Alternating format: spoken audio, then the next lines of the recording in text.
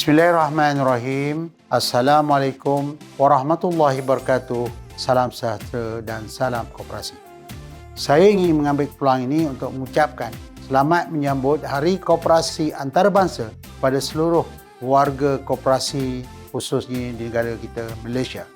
Tema sambutan tahun ini, Cooperative for a Peaceful World, mengiktiraf peranan koperasi sebagai jambatan yang menyatukan masyarakat, memperkukuhkan perpaduan serta membina kemakmuran yang dikongsi bersama.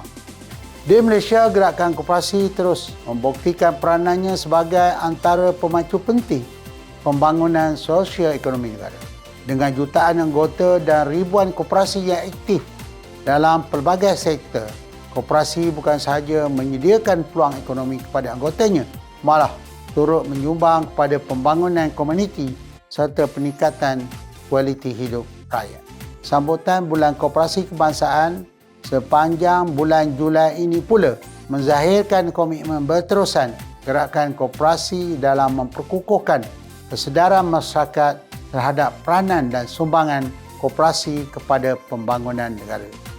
Dalam dunia yang semakin mencabar, koperasi menawarkan modal perniagaan yang berasaskan kebersamaan, keadilan dan tanggungjawab sosial, sekaligus memastikan manfaat pembangunan dapat dinikmati secara lebih menyeluruh dan saksama.